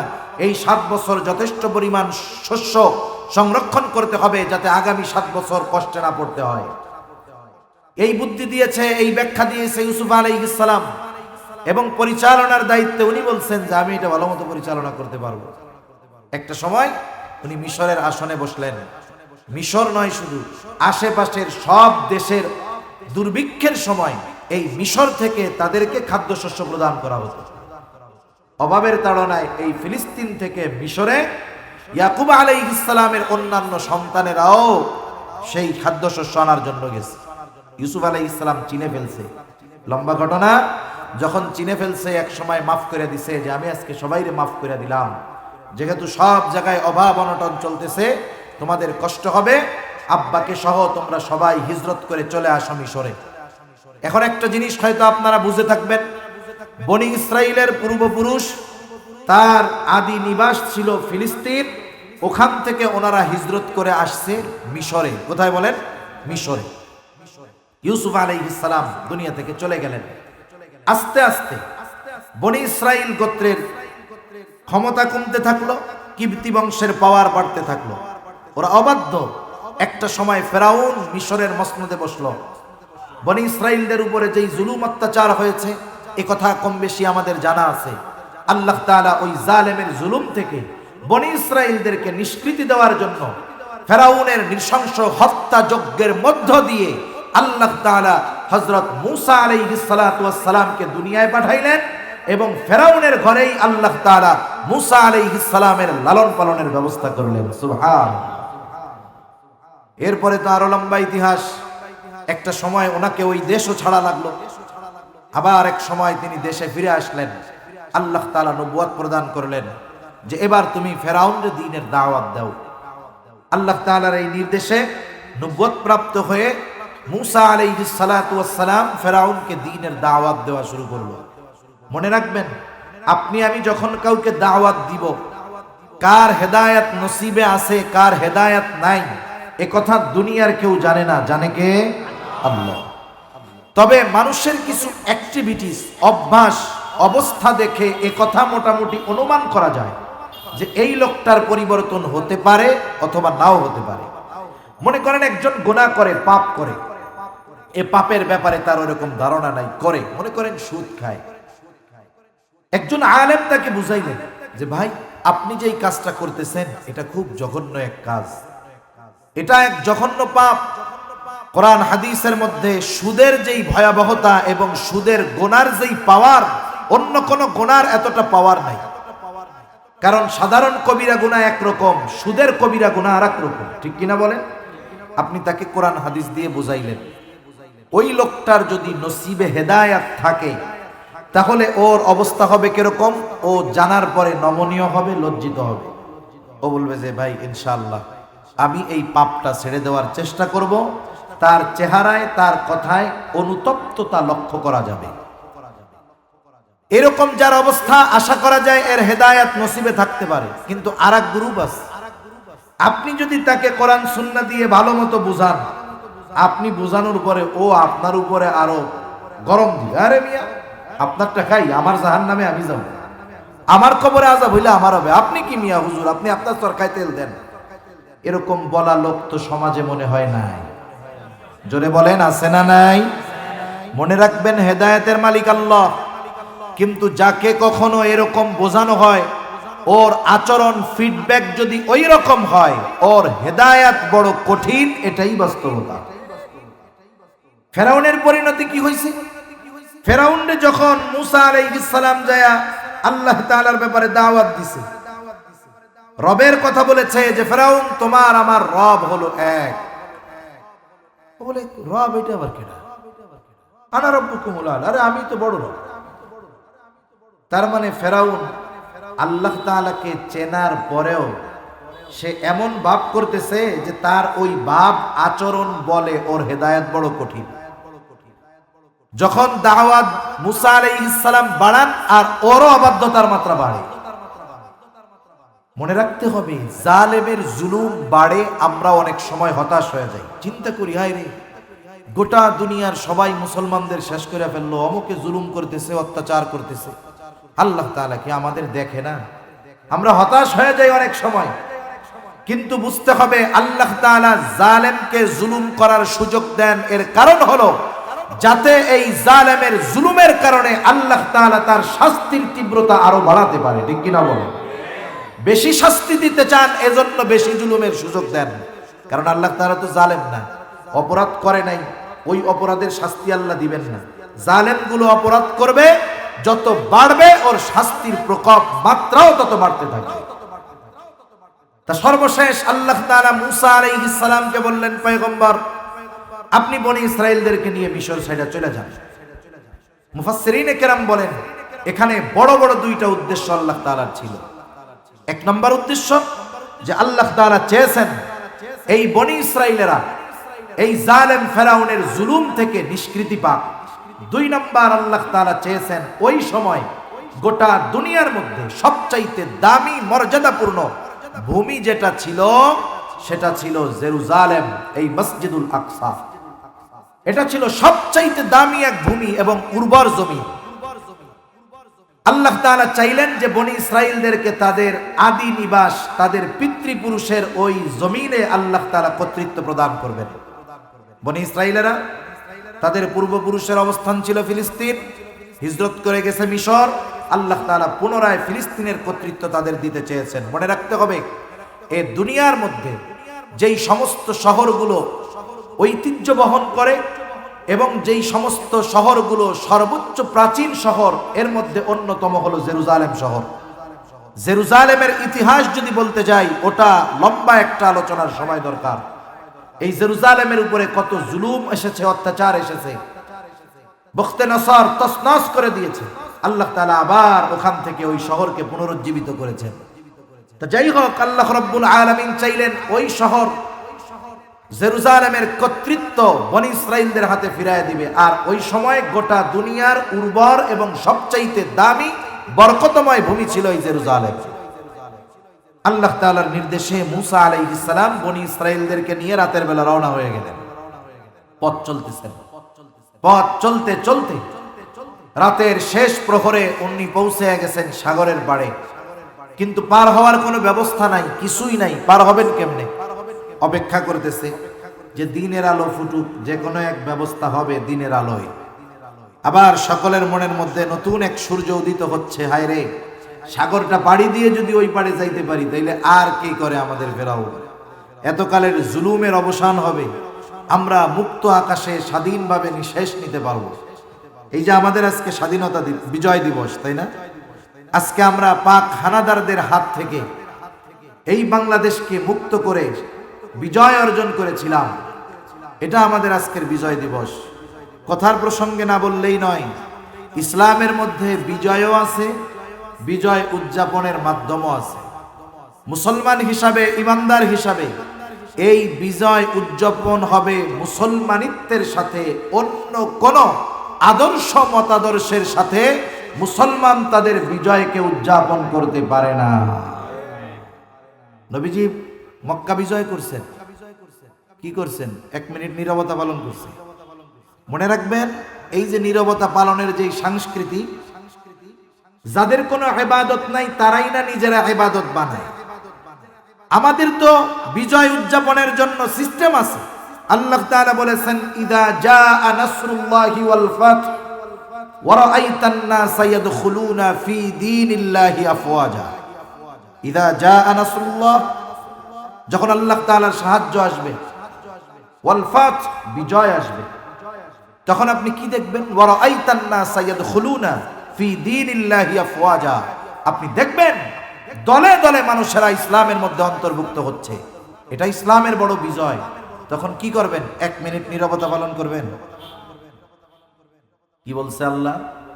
ফাসাব্বিহ বিহামদি রাব্বিকা ওয়াস্তাগফির ইন্নাহু কানা তাওয়াবা। ফাসাব্বিহ, আপনি আপনার রবের তাসবিহ পাঠ করেন। বিহামদি রাব্বিক, আপনার রবের প্রশংসা করেন। এগুলোর মাধ্যমেই বিজয় উদযাপন করতে হয়। কারণ বিজয় নিজের শক্তি সামর্থ্যের দ্বারা অর্জিত হয় না, বরং মুসলমানদের যিনি জালেমের বিরুদ্ধে বিজয়ী করেন তিনি কে? জোরে বলেন কে? আল্লাহ তাআলা। এজন্য উচিত ছিল এই ধরনের কর্মসূচি গ্রহণ করা। কিন্তু আমরা কি করি? খ্রিস্টানদের তো বিজয় উদযাপনের কোনো ইবাদত নাই, ওরা বানায় নিছে 1 মিনিট মুখ বন্ধ করে বসে থাকবে, এটা তো ইবাদত। আর তাদের ওই বিষয়গুলো আমরা ধরতেছি। আল্লাহ বলেন ওদের সাথে সম্পর্কই রাখবি না, আর আমরা ওদের কর্মগুলোকে নিজেদের কর্ম বানায় নিচ্ছি। আল্লাহ আমাদের সহি বুঝ দান করুক, সকলে বলি আমিন। তারা চিন্তা করতেছে সমুদ্র পাড়ি দিতে পারলেই তো পৌঁছায় গেলাম। ইতিমধ্যে রাতের আধারে ফেরাউনের কাছে খবর পৌঁছায় গেছে যে ফেরাউন অবস্থা তো ভালো না। মুসা আলাইহিস সালাম তার উম্মতদেরকে নিয়ে মিশর ছেড়ে চলে যায়। ফেরাউন 6 লক্ষ সশস্ত্র সৈন্য নিয়ে বনি ইসরাইলের পেছনে ধাওয়া শুরু করছে। ইতিমধ্যে রাতের আধার কেটে গেছে, দিনের আলো ফুটে উঠছে। অবস্থা কি হলো? ফেরাউনের বাহিনী দেখে ওই যে মুসা আলাইহিস সালাম তার উম্মতদেরকে নিয়ে সাগরের পাড়ে। মুসা আলাইহিস সালামের উম্মতেরা দেখতেছে ওই যে ফেরাউন আমাদের দিকে আসতেছে। এতক্ষণ যা স্বপ্নে ভাবছিল, চিন্তা করতেছিল, সব শেষ। এখন তো বাঁচার চিন্তায় বিভোর। দোষারোপ শুরু করছে মুসা আলাইহিস সালাম। কি করলেন আপনি? মিশরে তো মোটামুটি যা হোক তা হোক বাইচাইছিলাম। এখন ওরা যেভাবে আসতেছে হয়তো ওদের অস্ত্রের আঘাতে মরবো, না হয় সমুদ্রের পানিতে পড়ে মরবো। বাঁচার আর কোনো উপায় নাই। ওদের হাত থেকে আমরা বাঁচতে পারি না, আমরা ধরাই পড়ে গেছি। আল্লাহ তাআলা সে কথাই বলেন। আল্লাহ রাব্বুল আলামিন বলেন, ফালাম্মা তারাআল জামআনি ক্বালা আসহাবু মূসা ইন্না লামুদরাকুন। আল্লাহ রাব্বুল আলামিন বলেন, যখন একদল অপর দলকে দেখতে পাইল, ক্বালা আসহাবু মূসা ইন্না লামুদরাকুন। মূসা আলাইহিস সালামের সাথীরা বলতেছে, মূসা আমরা ধরা পড়ে গিয়েছি। শত্রু এতটা কাছে, এতটা নিকটে, বাঁচার আর কোনো উপায় নাই। ধরা পড়ে গিয়েছি। যদিও ধরা পড়ে নাই, এরপরেও ধরা পড়ে গিয়েছি বলার কারণ হলো আসন্ন বিপদের ব্যাপারে এরা এতটা সুনিশ্চিত ছিল যে ফেরাউনের হাত থেকে বাঁচার আর কোনো উপায় নাই। এই জন্য বলতেছে যে আমরা ধরা পড়ে গিয়েছি। প্রত্যেকটা নবী হলেন তার উম্মতের মূল নেতা। আমাদের নেতা মুহাম্মাদুর রাসূলুল্লাহ সাল্লাল্লাহু আলাইহি ওয়াসাল্লাম মুসা আলাইহিস সালাম ও বনি ইসরাইলদের নেতা। নেতার অন্যতম দায়িত্ব হলো তার অনুসারীরা যখন ভীত সন্ত্রস্ত হবে, তার অনুসারীরা যখন চিন্তিত হবে, নেতা তার বক্তব্যের মাধ্যমে সাহস হারা কর্মী অনুসরণকারীদের অন্তরে সাহস সঞ্চার করাবে। মুসা আলাইহিস সালাম নেতৃত্বের দাবি অনুসারে দাঁড়ায় গেলেন। উম্মতেরা চিন্তায় বিভোর, শত্রু একেবারে কাছে, বাঁচার কোনো উপায় নাই। মুসা আলাইহিস সালাতু ওয়াস সালাম বক্তব্য দিচ্ছেন। বনি ইসরাইলেরা ছিল প্রশ্ন বাণে জর্জরিত করে ফেলতো তাদের নবীদের। আলাইহিস সালাম স্বল্প সময়ে এত সুন্দর একটা বক্তব্য দিলেন, যেই বক্তব্যের মধ্যে বনি ইসরাইলদের অন্তরে আগত অনাগত সম্ভবত সব ধরনের প্রশ্নের জবাব ওই বক্তব্যের মধ্যে পাওয়া যায়। পরিপূর্ণ জামে মানে এক বক্তব্য। ওরা বলতেছে ইন্না লামুদরাকুন, মুসা আমরা ধরা পড়ে গিয়েছি। মুসা আলাইহিস সালাম বললেন ক্বালা কাল্লা। ওরা বলছে ধরা পড়ে গিয়েছি। মুসা আলাইহিস সালাম বললেন কাল্লা, কখনোই নয়। উনি শুধু লা বলেন নাই, শুধু না বলেন নাই, উনি বলেছেন কখনোই নয়। যদি বলতেন যে ধরা পড়ব না, হয়তো তারা বলতো মুসা এখন নাইলে ধরা পড়লাম না, পরে যদি ধরা পড়ি তাইলে কি হবে? কারণ যেই শত্রু একবার হাতছাড়া হয়, ওকে যদি পরে পাওয়া যায়, বলেন তো সাইজ কম না বেশি হয়? এই জন্য মুসা আলাইহিস সালাম আগেই জানায় দিলেন চিন্তার কোনো কারণ নাই। ওরা আমাদের এখনো ধরতে পারবে না, পরবর্তীতেও পারবে না, কখনোই পারবে না। এখন প্রশ্ন হতে পারে মুসা, ওরা তো সব সশস্ত্র অস্ত্র ওদের সাথে আছে, আমাদের সাথে কিছুই নাই, নৌকা নাই যে সাগর পাড়ি দিয়ে অপর প্রান্তে চলে যাব, আমাদের সাথে তো কিছুই নাই। মুসা আলাইহিস সালাম কেমন যেন বলতেছে, শোনো ওদের সাথে যা থাকে থাক, ইন্না মাইয়া রব্বি, আমার সাথে আমার রব আছে। রব যার সাথে থাকে, দুনিয়ার সব যদি তার বিরুদ্ধে চলে যায় এতে কোনো কিছু আসে যায় না। হিজরতের সময় যখন রাসূল আকরাম সাল্লাল্লাহু আলাইহি ওয়াসাল্লাম আবু বকর সিদ্দিক রাদিয়াল্লাহু তাআলা আনহুকে নিয়ে রওনা হয়ে গেলেন। মক্কা থেকে মদিনা হলো উত্তর দিক, নবীজি রওনা শুরু করেছেন দক্ষিণ দিক, যাতে করে কাফেররা ওই দিকে তালাশ করতে যায়, এদিকে না আসে, কারণ সফর তো হবে মদিনার দিকে। কিন্তু মক্কার কাফেরেরা এতটা চতুর ছিল যে তারা খুঁজতে খুঁজতে দক্ষিণ দিকে একেবারে সাওর পর্বতের গুহার কাছে চলে গেছে। আবু বকর সিদ্দিক রাদিয়াল্লাহু তাআলা আনহু বলেন, ওরা আমাদের এতটা নিকটে পৌঁছায় গেছে, ওরা আলোচনা করতেছে, আমাদের খুঁজতেছে, কে কথা বলে, কি কথা বলে, আমি সব কথা শুনতেছি, বুঝতেছি, এবং প্রত্যেকটা মানুষকে আমি চিনতে পারতেছি। এত কাছে তারা। আবু বকর সিদ্দিক রাদিয়াল্লাহু তাআলা আনহু বলেন, ওদেরকে বেশি দূরে যাওয়া লাগতো না, ওরা যদি শুধু ওদের নিজের পায়ের দিকে তাকাইতো, আমাকে আর রাসূলুল্লাহ সাল্লাল্লাহু আলাইহি ওয়াসাল্লামকে দেখে ফেলতো। নবীজি এই অবস্থায় দেখতে পাইলেন আবু বকর চিন্তিত, পেরেশান, কপালের মধ্যে চিন্তার বাজ। আরে আবু বকর আমাদের মতো জিলাপি খাওয়া আশিকে রাসূল না, আবু বকর আমাদের মতো সুন্নাতবিহীন আশিকে রাসূল না, আবু বকর এমন এক আশিকে রাসূল যে রাসূলের কথায় তার গোটা জীবনের সব সম্পদ এনে রাসূলের কদমের কাছে রেখে দেয়। আবু বকর তো এমন এক আশিকে রাসূল, আল্লাহ তাআলা যদি আবু বকরকে 100 জীবন দিতেন, 100 জীবন, ওই 100 জীবন যদি 100 বার নবীজির জন্য কোরবান করতে হতো, আবু বকর এমন আশিকে রাসূল, নির্দ্বিধায় ওই 100 জীবন তিনি নবীর জন্য কোরবান করে দিতেন। আবু বকর নিজের চিন্তায় চিন্তিত নয়, রাসূলুল্লাহ সাল্লাল্লাহু আলাইহি ওয়াসাল্লামের চিন্তায় চিন্তিত। কারণ সাহাবায়ে কেরাম তো এমন, নিজের জীবন চলে যায় যাক, তবুও তারা এটা আশা করে না নবীজির পায়ে একটু কাটার আঘাত লাগুক, এতটুকুও তারা বরদাস্ত করতে পারে না। আবু বকর সিদ্দিক রাদিয়াল্লাহু তাআলা আনহুর চিন্তাযুক্ত চেহারা নবীজি দেখতে পাইলেন। নবীজি তখন জানায়া দিলেন, আবু বকর চিন্তা করো না, কারণ মনে রাখো, শত্রু যত কাছেই হোক না কেন, শত্রু যত শক্তিশালী হোক না কেন, তুমি আর আমি এই দুইজন যে এই গর্তে শুধু একা তা নয়। আবু বকরকে আল্লাহর নবী বলতেছেন, লা তাহজান ইন্নাল্লাহা মা'ানা। আবু বকর তুমি চিন্তা করো না, কারণ আমাদের সাথে কে আছে, জোরে বলেন, লা তাহজান ইন্নাল্লাহা মা'ানা। ও আবু বকর, আমাদের সাথে আল্লাহ আছে, চিন্তা করো না। সেই জন্য আল্লাহ তাআলা যদি কারো সাথে থাকে, তার কোনো চিন্তা নাই, ভয় নাই। এইবার বনি ইসরাইল প্রশ্ন করতে পারতো, মুসা, আল্লাহ রব তোমার সাথে আছে বুঝলাম, কিন্তু আমরা বাঁচবো কেমনে, এটা কও, আমরা বাঁচবো কেমনে এটা বলো।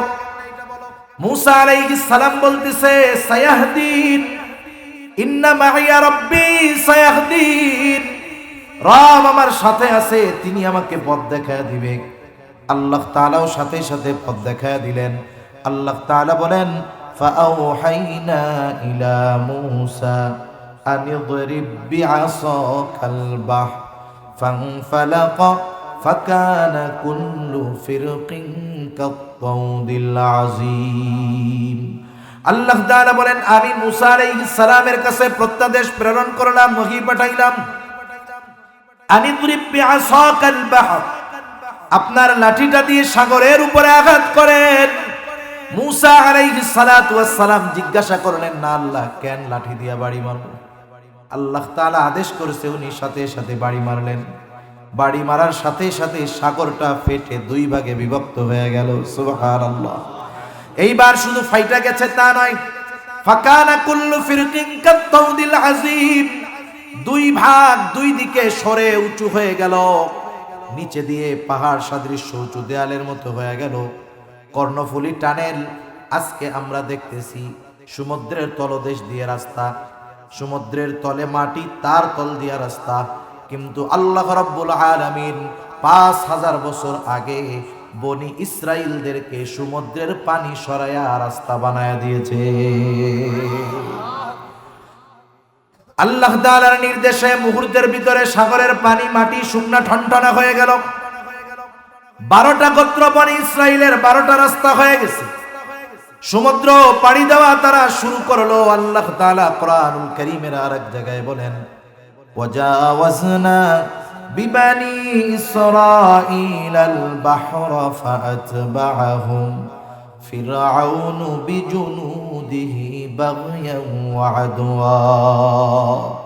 আল্লাহ তাআলা বলেন, আমি বনি ইসরাইলদেরকে সমুদ্র পার করাইলাম।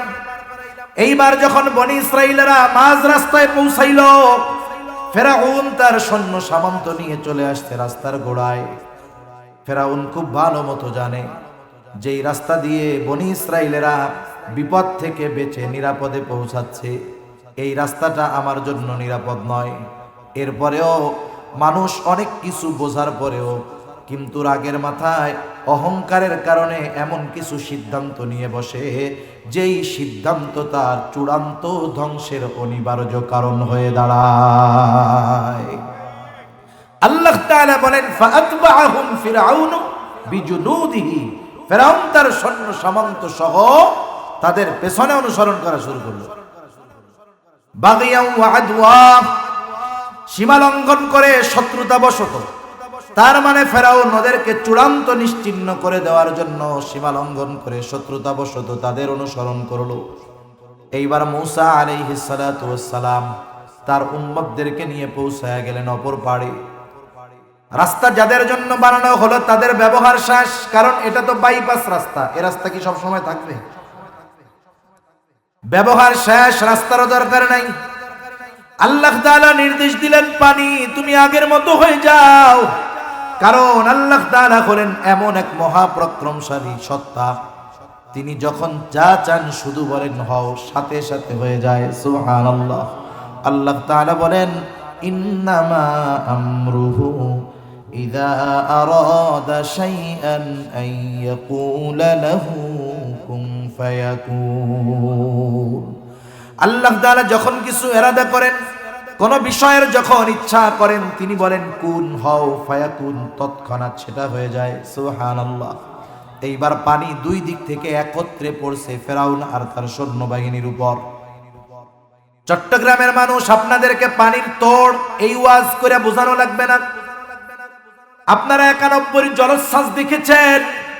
মুহূর্তের ভিতরে সমুদ্র একেবারে কচুরি পাড়ার ন্যায় বড় বড় বাড়ি ঘর সব ভাসায় নিয়ে গেছে স্রোতে। ওই পানি যদি একসাথে উপর থেকে পড়ে কি অবস্থা হবে? ফেরাউন তার সৈন্যবাহিনী একটাও নিচের থেকে উপরে আসার টাইম পায় নাই, এর আগেই সবগুলা শেষ। কিন্তু আল্লাহ তাআলা ফেরাউনকে তো সহজে ছাইড়া দিবেন না। জিবরাইল আলাইহিস সালাতু ওয়াস সালাম হাজির, এক টানে পানির তলদেশ থেকে উঠায়া নিয়ে আসছে ফেরাউনকে পানির উপরে। এবার হাবুডুবু খাচ্ছে, চুবনি খাচ্ছে। ফেরাউন বুঝতে পারছে আমার খোদাইগিরি শেষ, বুঝতে পারছে আমার উপরে আযাব চলে আসছে। কারণ আল্লাহ তাআলা সহজে কাউকে ধরেন না, যখন ধরেন তাকে কিন্তু আল্লাহ তাআলা ছাড়েন না। এই জন্য আল্লাহ তাআলা বলেন, ইন্না বাতশা রাব্বিকা লাশাদীদ। আপনার রবের ধরা বড় শক্ত ধরা। রব ধরে না, যখন রব ধরে তখন আর ছাড়ে না। ফেরাউন বুঝতে পারছে যে আমি চূড়ান্ত ধরা পড়ে গেছি, এখন কি হবে? ও বুঝে তো যে আমি তো ভুয়া রব, আমি যা কইছি এটা তো মিথ্যা কথা, ও নিজেও জানে। এখন ও চিন্তা করতেছে এখান থেকে আমার বাঁচতে হইলে আল্লাহ তাআলাকে ম্যানেজ করা ছাড়া কোনো উপায় নাই। ও চিন্তা করতেছে সব দাবি দুবি ছাইড়া আমি আল্লাহর উপরে ঈমান আনি। আল্লাহ তাআলা বলেন, হাত্তা ইযা আদরাকাহুল গরাকু ক্বালা আমানতু আন্নাহু লা ইলাহা ইল্লাল্লাযী আমানাত বিহি বানু ইসরাঈল ওয়া আনা মিনাল মুসলিমিন। যখন চুবনি চলতেছে, হাবুডুবু খাইতেছে, ফেরাউন বলে আমানতু, আমি ঈমান আনলাম যে আন্নাহু লা ইলাহা, আল্লাহ ছাড়া কোনো ইলাহ নাই, আল্লাযী আমানাত বিহি বানু ইসরাঈল, বনি ইসরাইল যার উপরে ঈমান এনেছে তিনি ছাড়া আর কোনো ইলাহ নাই। ঈমান আনার ঘোষণা দিল ফেরাউন। তবে বুঝতে হবে, যখন কোনো কওমের উপরে গজব চলে আসে, আল্লাহর আযাব, আল্লাহর গজব চলে আসে অপরাধের কারণে, পাপের কারণে, ওই কওম, ওই জাতি যদি আযাব আসার পরে ঈমান আনে, আল্লাহ তাআলা ওই ঈমান, ওই তওবা কবুল করেন না। হযরত ইউনূস আলাইহিস সালাতু ওয়াস সালামের সম্প্রদায় অবাধ্যতার চূড়ান্ত পর্যায়ে পৌঁছায় গেছে। আল্লাহ তাআলা জানা দিলেন, ও পয়গম্বর ইউনূস, আপনি আপনার সম্প্রদায়কে জানায় দেন 3 দিন পর তাদের উপরে কিন্তু আযাব আসবে। আযাবের খবর ইউনূস আলাইহিস সালাম যখন দিলেন, অবাধ্যতা আগের চাইতে বাড়ছে। এইবার আল্লাহর আযাব, গজব নিয়ে তারা টিটকারি শুরু করছে। দেখ, আমরা এতকাল এই করলাম, কিছু হইল না, 3 দিন পরে নাকি গজব আসবে। কি মজা, কি মজা, বুঝেন না? মজা করতেছে, আযাব নিয়ে তামাশা করতেছে। 2 দিন গত হয়ে গেল, ওদের তামাশা, টিটকারির মাত্রা আরো বাড়ছে। ইউনূস আলাইহিস সালাম চিন্তা করলেন, এদের মধ্যে পরিবর্তন সম্ভব নয়, পরিস্থিতি যা, গজব তো চলেই আসবে।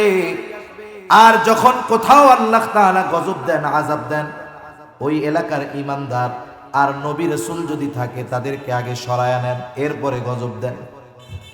উনি অতীতের ইতিহাস থেকে চিন্তা করলেন, আমাকেও তো আল্লাহ তাআলা চলেই যাইতে বলবে, আমি একদিন আগেই চলে যাই। উনি নিজে এটাকে ইজতিহাদ করে আল্লাহ তাআলার অনুমতি আসার পূর্বে উনি যখন এলাকা ছেড়ে চলে গেলেন, পরের দিন সকালবেলা ইউনূস আলাইহিস সালামের সম্প্রদায় প্রত্যেকদিন সকালবেলায় ইউনূস আলাইহিস সালামের বাড়িতে আসতো, আইসা কিছু খোসা মারা কথা বলতো, মজা করতো, ওনার সাথে কষ্ট দিত। প্রতিদিন কারণে গোসল খাওয়া দাওয়ার পরে তারা ইউনূস আলাইহিস সালামের বাড়িতে এসে হাজির। এতদিন ইউনূস আলাইহিস সালামের দরজা কখনো বন্ধ ছিল না, উনি কখনো তাদের এই আচরণের কারণে এলাকা ছেড়ে যান নাই। আজকে আইসা দেখে দরজাটা বন্ধ। কি ব্যাপার? আজকে তো শেষ দিন, গজব আসার দিন। তাদের মধ্যে চিন্তা আসলো, কোথায় গেল, আশেপাশে কোথাও গেছে কিনা। কয়েকজনকে খোঁজ নিতে পাঠাইলো। দীর্ঘ সময় খোঁজ করে এসে তারা বলে, কোথাও কোনো তার খবর নাই। এইবার তাদের অন্তরের মধ্যে ভীতি সঞ্চার হলো।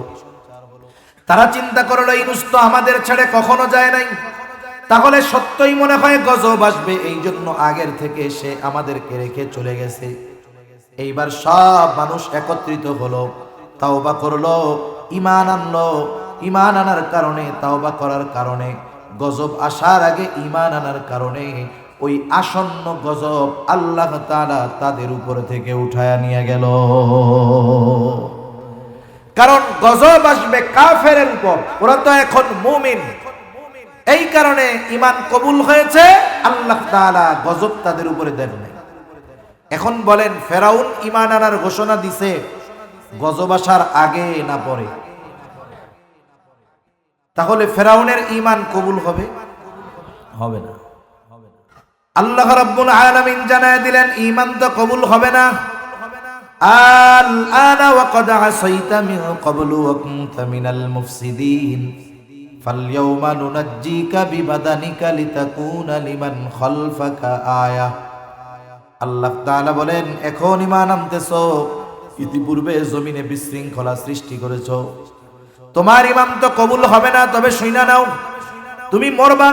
ফালইয়াউমা নুনাজ্জিকা বিবাদানিক, আমি তোমার দেহটাকে আমি সংরক্ষণ করব। কেন? লিতাকুনা লিমান খালফাকা আয়া, যাতে করে তুমি তোমার পরবর্তীদের জন্য নিদর্শন হও। তোমাকে দেখে দেখে যেন তোমার মতো জালেমগুলো শিক্ষা গ্রহণ করে। যেই ফেরাউনের কত পাওয়ার ছিল, কিন্তু এর চূড়ান্ত পরিণতি কত ভয়ানক হয়েছে দুনিয়াতেই, আখিরাতেরটা তো আছেই। ঠিক কিনা বলেন? আমি যে কথা বলার জন্য বলতেছিলাম, যখন মুসা আলাইহিস সালামের উম্মতেরা সাগরের ওই পাড়ে উঠছে, তাকায় তাকায় দেখছে ফেরাউনের এই করুণ পরিণতি। তার মানে মুসা আলাইহিস সালামের বক্তব্য পূর্ণরূপে তারা নিজেদের চোখে দেখছে। ওই যে বলছে, মুসা আমরা ধরা পড়ে গিয়েছি। মুসা আলাইহিস সালাম বলেছেন, কাল্লা, কখনোই নয়, ধরা পড়ব না। চিন্তা করে দেখেন, এই বক্তব্যটা আল্লাহ তাআলা বাস্তবে পরিণত করেছেন এবং এই দৃশ্যটার প্রত্যক্ষদর্শী হয়েছে বনি ইসরাইলেরা। যে মুসা আলাইহিস সালাম শত্রু আসার কাছাকাছি আসার পরে বলছে ধরা পড়বো না। কেমনে পড়বো না? নিজেদের চোখে দেখছে ও তো শেষ, আর কোনোদিন আমাদের ধরতে পারবে না। যেই জাতি আল্লাহ তাআলার এই কুদরত দেখলো, ওই জাতির তাদের নবী এবং আল্লাহ তাআলার প্রতি সর্বোচ্চ আনুগত্যশীল হওয়ার দরকার ছিল। ঠিক কিনা বলেন? যে আল্লাহ তাআলা এই অবস্থা সমুদ্রের মধ্যে দিয়ে রাস্তা বানাইলো, ফেরাউনরা এত ভয় পাই, চোখের সামনে একবারে সলিল সমাধি ঘটে গেছে। আল্লাহ আপনার কৃতজ্ঞতা প্রকাশ করি, জীবনে আর অবাধ্যতা হব না আমরা। কিন্তু কিছু লোক আছে, এদের অভ্যাস হইল এরা যত নেয়ামত পায় এদের অবাধ্যতা তত বাড়ে। একটু পরে বনি ইসরাইল বলা শুরু করেছে যে মুসা ফেরা আমরা মিশরে ভালো ছিলাম। কি কয়? কেন? বলে এখানে থাকবো কোথায়? থাকার কোনো জায়গা নেই, রোদে কষ্ট হবে, বৃষ্টিতে কষ্ট হবে। কোরআনুল কারীমের মধ্যে আল্লাহ তাআলা জানায় দেন, আল্লাহ তাআলা তাদের জন্য মেঘমালাকে ছাদ বানায় দিয়েছে। সুবহান। যখন রোদ দরকার মেঘ সরে গেছে, যখন ছায়া দরকার মেঘ আসছে, বৃষ্টি রোদ সবকিছু আল্লাহ তাআলা এই মেঘের মাধ্যমে তাদেরকে হেফাজত করিয়েছে। সুবহানাল্লাহ বলেন। এখন কয় এই নইলে হইল, না খাইয়া তো মরতে হবে, এটা ঠেকানোর উপায় নেই, চাষাবাদ কিচ্ছু নাই। দেখেন, যেই রব এত কিছু দিল সেই রব না খাওয়াইয়া মারবে। তোকে যদি মারতেই মনে চাইতো তাহলে ফেরাউনরে দিয়েই সাইজ করতো, তোরাও শহীদ হইতে পারত, ফজিলত বেশি হইতো। যেই আল্লাহ ওই অবস্থার থেকে বাঁচাইলো সেই আল্লাহ না খাওয়াইয়া মারবে, এই চিন্তা যখন করে শয়তানও চিন্তা করে এরা কত বড় শয়তান রে। শয়তান কি চিন্তা করে যে এরা কত বড় শয়তান, কেমন অবিশ্বাস করে আল্লাহ। মানে আমাদের অবাধ্যতা দেখা শয়তানও টেনশনে পড়ে যায়। তা যাই হোক, আল্লাহ তাআলা তাদেরকে আসমানি খাবারের ব্যবস্থা করে দিয়েছে। সুবহানাল্লাহ বলেন। প্রথম উদ্দেশ্য গেল, এবার দ্বিতীয় উদ্দেশ্য কি? যে ওই যে তাদের পিতৃপুরুষ ওই সময়ের দুনিয়ার সবচাইতে মূল্যবান বরকতময় ভূমি জেরুজালেম, এটার কর্তৃত্ব আল্লাহ তাআলা তাদেরকে ফিরায় দিবে। পৃথিবীর অন্যতম প্রাচীন এক শহর ফিরায় দিবে। এখন দামি জিনিস যদি বিনা পরিশ্রমে মানুষ পায়, এটার কিন্তু দাম থাকে না, এটার মূল্যায়ন কেউ করে না। ফাউ পাইছি, কি পাইছি? ফ্রি পেয়েছি। মনে করেন যেই বাপ প্রবাসী আছেন আপনাদের এদিকে, মনে করেন বিদেশে থাকে, ওমানে থাকে, সৌদিতে থাকে, বিভিন্ন দেশে আছে। আমাদের দেশের প্রবাসী যারা, এরা 98% ওই দেশে গিয়ে যে পরিশ্রম করে, যে সময় পরিশ্রম করে, 18-20 ঘন্টা পরিশ্রম করে এমনও মানুষ আছে। খাওয়া ঘুম মিলিয়ে সর্বোচ্চ 4 থেকে 6 ঘন্টা ব্যয় করে। সে ইচ্ছা করলে আরো কম সময় পরিশ্রম করতে পারত। সে চিন্তা করে একটু পরিশ্রম বেশি করে যদি বেশি উপার্জন করতে পারি তাইলে তাড়াতাড়ি পরিবারের কাছে ফিরে যাইতে পারবো। ওই লোক জীবনের ঝুঁকি নিয়ে রক্তকে পানি বানায়া ওই দেশে উপার্জন করে, আর বাংলাদেশে টাকা পাঠায়। তার ছেলের ভাব হইল জমিদারের বোলা, একটা টাকার মূল্যায়ন করে না। ওর বাপের রক্ত পানি হচ্ছে টাকা উপার্জন করতে, আর উনি বন্ধুদের সাথে R15 পালসার জিগজার নিয়ে আড্ডা মেরে বেড়ায়। আছে না নাই? কেন? কারণ ও তো উপার্জন করে নাই, ফাও পাইছে এর লেগে। কিন্তু ওই বেটা যে বিদেশে আছে, সে প্রত্যেকটা দেরহাম, প্রত্যেকটা রিয়াল, প্রত্যেকটা টাকা ব্যয় করার সময় ওর পরিবারের কথা মনে পড়ে। ভালো একটা জিনিস কিনতে যায়ও চিন্তা করে, আরে এটা 500 টাকা দিয়ে কিনবো, দরকার নাই। কাজ কেনার দরকার কি? প্লাস্টিক 10 টাকা দিয়ে কিনলেই তো হয়, ওইটাই কাজ চলবে। অথচ এদিক দিয়ে এর পরিবার তার ওই কষ্টের মূল্যায়ন, উপার্জনের মূল্যায়ন করে না। কেন? কারণ টাকাগুলো তো ব্যাংকে কসকসা চলে আসছে। ঠিক কিনা বলেন? আর ব্যাংকও তো সব আপনাদের চট্টগ্রামের। মাশাআল্লাহ। আল্লাহ তাআলা চাইলেন একটু পরিশ্রম করুক, এরপরে ওইটা পাক, তাইলে ওটার মর্যাদা হবে। কষ্টার্জিত বিষয়ের মূল্যায়ন করে মানুষ। আল্লাহ তাআলা নির্দেশ দিলেন যে আপনি ওদেরকে একটু ওদের সাথে জিহাদের নির্দেশ দেন। ওখানে যারা আছে ওদের সাথে এরা যুদ্ধ করবে, তবে আগাম সুসংবাদ, যুদ্ধ করবে ওরা যত শক্তিশালী হোক, আমি আল্লাহ বনি ইসরাইলদেরকে বিজয় দান করব। সুবহানাল্লাহ। মানে যুদ্ধের আগেই যুদ্ধ বিজয়ের সুসংবাদ আল্লাহ তাআলা দিয়েছেন। কিন্তু এদের চরিত্র তো মুসা আলাইহিস সালাম খুব ভালো মতো জানে। উনি 12 গোত্র থেকে 12 জনকে পাঠাইছে যে তোমরা যাও দেখে আসো জেরুজালেমের অবস্থা কি। ওরা যখন যায় দেখছে এলাকা তো অনেক সুন্দর, এটা দেখে এসে ওরা যদি ওদের প্রত্যেকের গোত্রের কাছে বলে, ভাই এলাকা যে সেই এত সুন্দর দেখার মতো এক জায়গা, তাইলে ওই জেরুজালেমে যাওয়ার আগ্রহ পয়দা হবে, আগ্রহ আসবে অন্তরে, এবার ওরা যুদ্ধ করবে। তা এই নিয়তে মুসা আলাইহিস সালাম 12 গোত্র থেকে 12 জনকে পাঠাইছে যে যাও তোমরা দেখে আসো। ওরা তো শহর দেখা ফেদা হয়ে গেছে, ওরে বাবা এত সুন্দর সুন্দর ভবন, সুজলা সুফলা শস্য শ্যামলা, ওই সময়ের প্রযুক্তি, রাস্তাঘাট সব ভালো। এখন ওরা শহরে ঢুকছে। এখন মনে করেন আপনাদের এলাকায় সবাইরে তো আপনারা চিনেন, কম বেশি চিনেন না। এখন মনে করেন চাইনিজ 3টা যদি আপনাদের রাস্তায় ঘুরে বেড়ায়, আপনারা বুঝবেন না যে এরা আমাদের এই জায়গার লোক না, বুঝতে পারবেন না। এখন ওই 12 জন যখন রাস্তায় ঘুরতেছে, ওই সময় জেরুজালেমের ক্ষমতায় ছিল আমালিকা গোত্র। তাকায় দেখে কিরে এরা তো আমাদের এলাকার লোক না।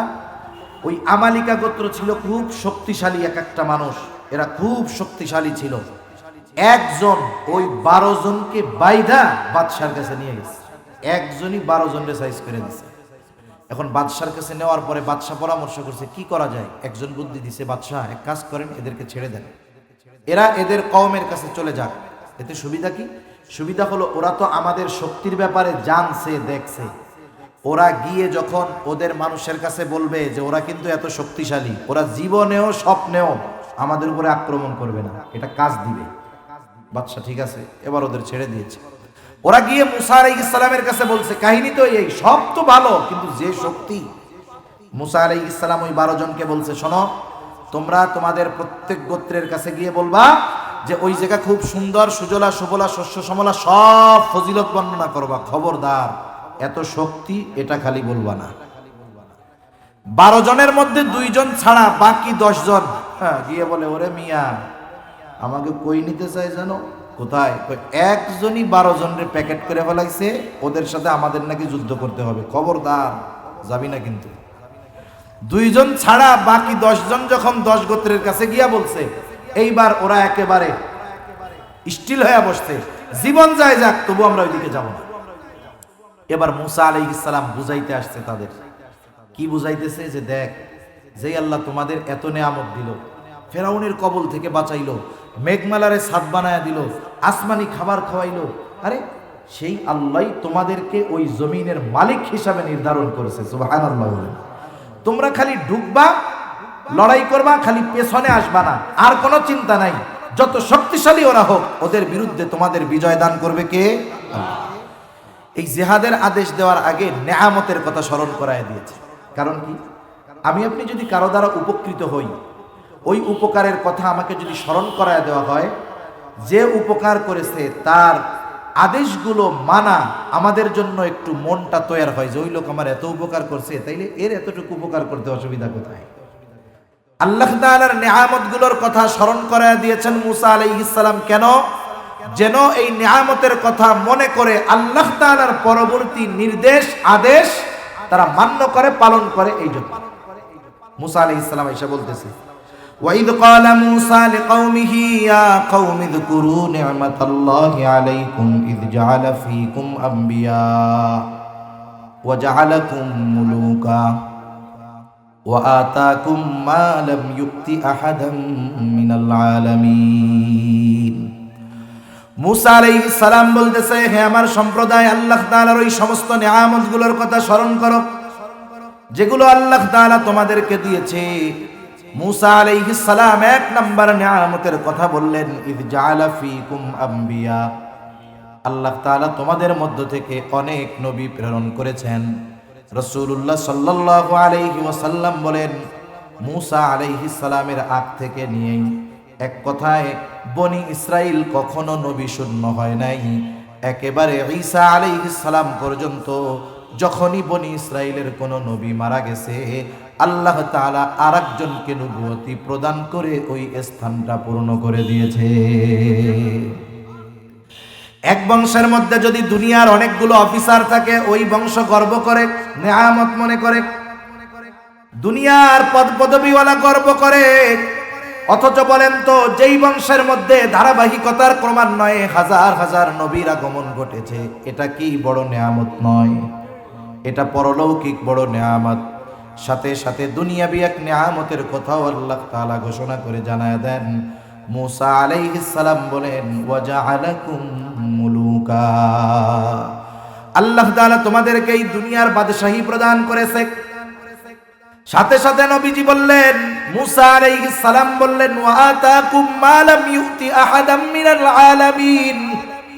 ওই সময় পর্যন্ত বনি ইসরাইলদেরকে আল্লাহ তাআলা যেই নিয়ামত দিয়েছে বিশ্ববাসীকে আল্লাহ তাআলা দেয় নাই। এত নিয়ামত যেই আল্লাহ দিলেন সেই আল্লাহ তোমাদেরকে জিহাদের আদেশ করেছে। সুতরাং কি করবা? ইয়া কওমি দুখুলুল আরদাল মুকদ্দাসাতাল্লাতী কাতাবাল্লাহু লাকুম, ও আমার সম্প্রদায়, তোমরা ওই পবিত্র জমিনের মধ্যে প্রবেশ করো যেই জমিনের মালিকানা আল্লাহ তোমাদের লিখে দিয়েছে। তবে একটা বিষয়, ওয়ালা তারতাদ্দু আলা আদবারিকুম ফাতানকালিবু খাসিরিন, তোমরা পিছু হটবা না, পেছনে আসবা না, সামনের দিকে অগ্রসর হবা। আল্লাহ রাব্বুল আলামিন তোমাদেরকে বিজয় দান করবে যদি পিছু হটো, ক্ষতিগ্রস্তদের অন্তর্ভুক্ত হয়ে যাইবা। মুসা আলাইহিস সালাম যখন এই কথা বলল, এর আগে ওই 10 জন আয়েশা তো ওদেরকে আরেক কথা বলছে। এই মুসা আলাইহিস সালামের কথার জবাবে তারা বলতেছে, ক্বালু ইয়া মুসা ইন্না ফিহা কওমান জাব্বারিন, আমরা যাই না গেছি যে ওইখানে এক শক্তিশালী সম্প্রদায় আছে, আমরা জানছি এটা, ইন্না ফিহা কওমান জাব্বারিন, ওখানে এক শক্তিশালী সম্প্রদায় আছে। লান নাদখুলাহা হাত্তা ইয়াখরুজু মিনহা, আমরা কখনোই ওখানে প্রবেশ করব না যতক্ষণ না ওরা ওখান থেকে বের হবে। ফাইন ইয়াখরুজু মিনহা ফাইন্না দাখিলুন, যদি ওরা ওখান থেকে বের হয়ে যায় তবেই আমরা ওই জেরুজালেমে ঢুকবো। মুসা আলাইহিস সালাম ক্লান্ত হয়ে গেলেন। অনেক সময় দেখবেন বাবা ছেলেকে বুঝায় বুঝায় ক্লান্ত, বাপ কয় তোর যা মন চাই তুই কর। এইবার পাশের থেকে চাচা আইসা বুঝায়, অন্যান্য মুরব্বীরা বুঝায়, হয় না এরকম? এইবার ওই দুই ব্যক্তি, যেই দুই ব্যক্তি মুসা আলাইহিস সালামের কথা মানছে, তাফসীরের মধ্যে আসছে একজন হলো ইউশা ইবনে নুন, আরেকজন হলো কালেব। এই দুই আল্লাহর বান্দা যাদের উপরে আল্লাহ তাআলার বিশেষ অনুগ্রহ ছিল। আল্লাহ তাআলা বলেন, ক্বালা রাজুলানি মিনাল্লাযীনা ইয়াখাফুনা আন'আমাল্লাহু আলাইহিম আদখুলু আলাইহিমুল বাব।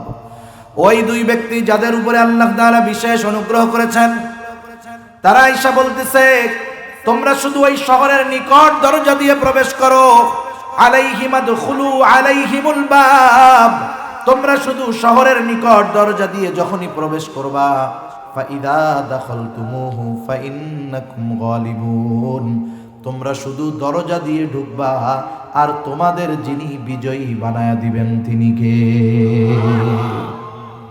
আরে মিয়া, তোমরা না মুমিন? ওয়া আলাল্লাহি ফাতাওয়াক্কালু ইন কুনতুম মুমিনিন, তোমরা যদি মুমিন হও আল্লাহর উপরে ভরসা রাখো। এইবার ওই দুইজন তাদেরকে ওয়াজ কইরা ক্লান্ত, বলে কাজ হবে না, কোনো লাভ হবে না। আবার এবার তারা বলতেছে, ক্বালু ইয়া মুসা ইন্না লান নাদখুলাহা আবাদাম মা দামু ফিহা। সোজা সাপটা কথা হইল, যত ওয়াজ করো কোনো লাভ নাই, ওই সম্প্রদায় যতক্ষণ ওই জায়গায় অবস্থান করবে ততক্ষণ আমরা প্রবেশ করব না। এখন ওদেরকে যদি তাড়াইতে হয় আর যদি তাড়ানোর জন্য যুদ্ধ করতে হয়, এ কামও আমরা পারবো না। ফাযহাব আনতা ওয়া রাব্বুকা ফাকাতিলা ইন্না হাহুনা কাঈদুন। ও মুসা, যুদ্ধ যদি করতে হয় তুমি আর তোমার রব গিয়ে তাদের সাথে যুদ্ধ করো, আমরা বসলাম যুদ্ধ করতে পারবো না। এই পর্যন্ত তিনটা গুরুত্বপূর্ণ বিষয় তাদের মধ্যে পাওয়া গেছে। এক নাম্বার, নিয়ামতের নাশকরি করেছে, অকৃতজ্ঞতা করেছে। দুই নাম্বার, ওই যে প্রথম আদেশ করার পরে আদেশ মান্য না করে অবাধ্যতা করেছে। তিন নাম্বার, আল্লাহ এবং তার রাসূলকে যুদ্ধ করতে গিয়ে নিজেরা বসে থাকার কথা বলে সর্বোচ্চ পর্যায়ের সীমা লঙ্ঘন করেছে। মুসা আলাইহিস সালাম এতটা অধৈর্য হয়ে গেছেন। প্রত্যেকটা নবীকে আল্লাহ তাআলা মাখলুকের মধ্যে, মানুষের মধ্যে সর্বোচ্চ ধৈর্যশীল এবং ধৈর্যের মতো বিষয় আল্লাহ তাআলা দান করেন। মুসা আলাইহিস সালাম ধৈর্য হারা হয়ে গেছে। কি বলতেছে ধৈর্য হারা ভাইয়া? قال ربي إني لا أملك إلا نفسي وأخي فافرق بيننا وبين القوم الفاسقين। মুসা আলাইহিস সালাম বলে, ও আমার রব, আমার নিজের উপরে আর আমার ভাইয়ের উপরে ছাড়া আর কারো উপরে নিয়ন্ত্রণ নাই। ওই দুইজনের মধ্যে শামিল মুসা আলাইহিস সালাম বলতেছে, এই কয়েকজন ছাড়া আমার কথা কেউ আর শোনে না, আমার কারো উপরে নিয়ন্ত্রণ নাই। হায় আল্লাহ, আপনি তাদের থেকে আমাকে একেবারে চূড়ান্তভাবে পৃথক করে দেন, আমি এদের সাথে আর থাকতে চাই না। আল্লাহ তাআলা মুসা আলাইহিস সালামকে সান্ত্বনা দিয়ে বলেন, ক্বালা ফাইন্নাহা মুহাররামাতুন আলাইহিম 40 সানা ইয়াতিহুনা ফিল আরদি ফালা তা'সা আলাল কওমিল ফাসিকিন।